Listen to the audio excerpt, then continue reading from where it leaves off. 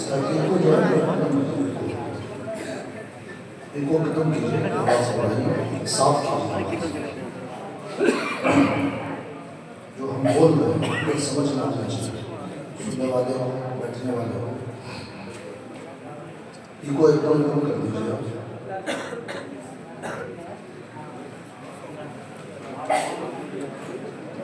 الحمدللہ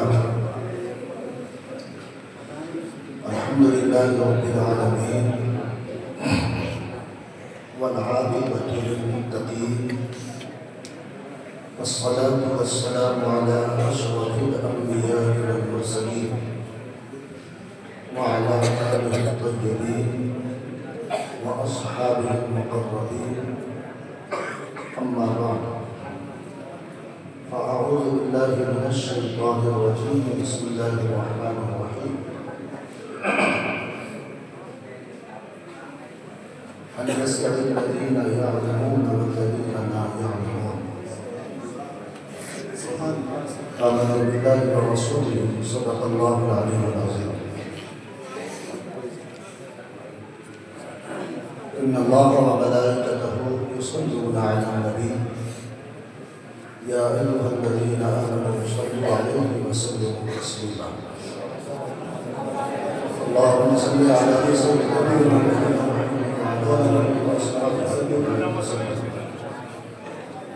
صلاة وسلام عليك يا رسول الله۔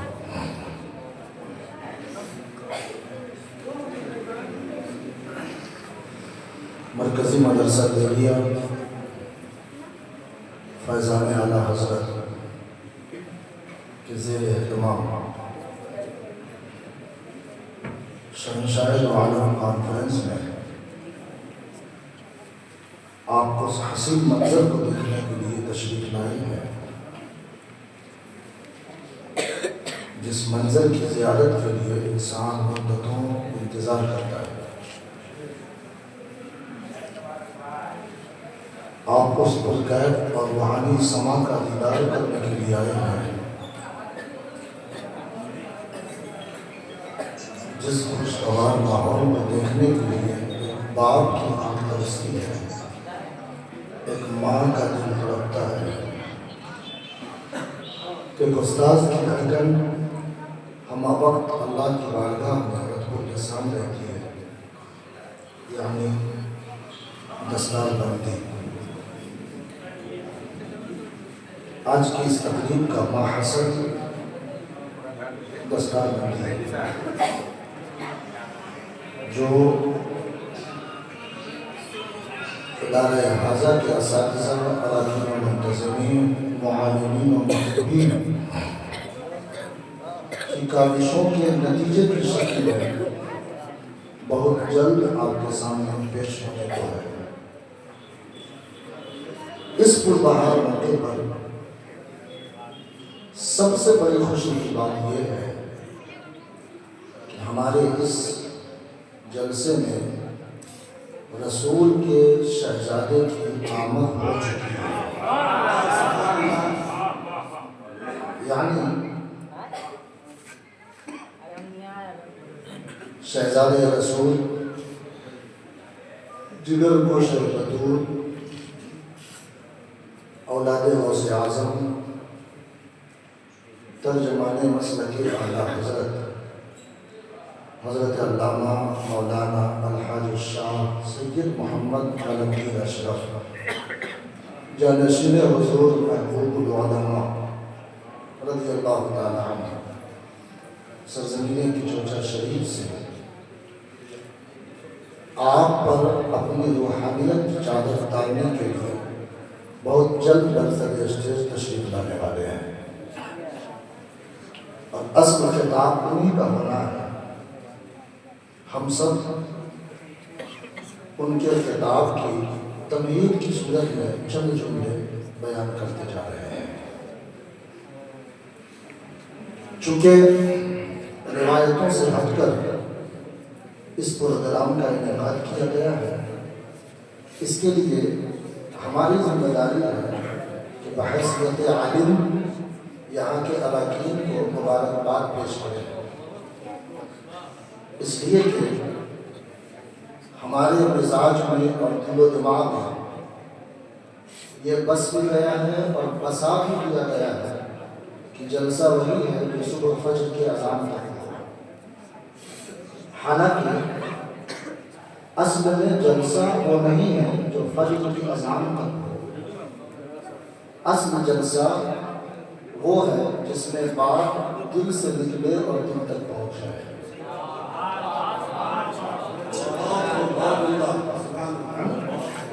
دل سے نکلے اور دل تک پہنچ جائے، اور اس کام کے لیے پورے رات بیدار ہونے کی ضرورت نہیں ہے۔ اگر دل میں اخلاص ہو اور سچا عشق رسول موجزم ہو تو دل کی بات کو دل تک 1 گھنٹے میں بھی پہنچائی جا سکتی ہے۔ اور ہم سمجھتے ہیں کہ ادارہ حاضر کے اراکین نے یہ اقدام کر کے ایک قسم کی پہل کی ہے اور اس سے جلسے کا معیار بڑھانے کا کام کیا۔ اگر اسی قسم کے جلسے ہوں تو محدود وقت میں آغاز ہو اور اختتام پر پہنچ جائے تو بہت ساری چیزیں اس جلسے کے ذریعے حل ہو سکتی ہیں۔ اللہ تعالیٰ اس جلسے کے انعقاد میں پہل کرنے والے اور اس قسم کے جلسوں کو سجانے والے کو سلامت رکھے، اور یہاں جتنے علماء حاضر آئے ہیں اللہ سب کے علم و عمل عمر و اقبال میں پناہ برکت آمین۔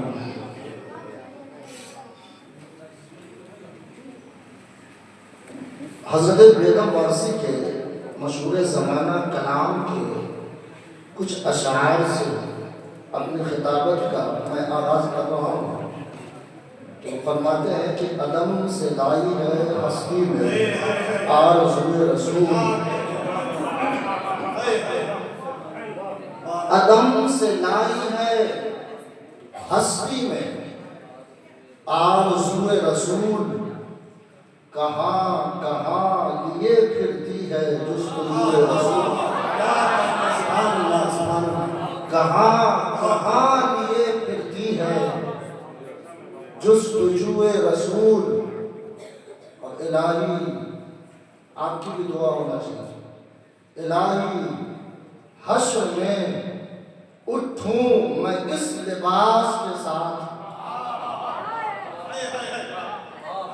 اب آمین کہیں آمین۔ الہی حشر میں اٹھوں میں اس لباس کے ساتھ، ملے ہوں تن پہ میرے خاک پائے ہوئے رسول، ملے ہوں تن پہ میرے خاک پائے ذرات خاک ہوئے رسول۔ اور حاصل کلام جو شعر ہے وہ یہ ہے کہ شگفتہ گلشن زہرا کا ہر گلے تر ہے، شگفتہ گلشن زہرا کا ہر گلے تر ہے، ہر گلے تر ہے، کسی میں رنگ علی ہے کسی میں بوئے رسول۔ نعرہ تکبیر، نعرہ رسالت، کسی میں رنگ علی ہے کسی میں بوئے رسول، کسی میں رنگ علی ہے کسی میں بوئے رسول۔ اور عجب تماشا ہو میدان حشر میں بیدم، عجب تماشا ہو میدان حشر میں بیدم، کہ سب ہو پیش خدا اور میں روبرو رسول، اور میں روبرو رسول، کہاں کہاں لیے پھرتی ہے جستجوئے رسول۔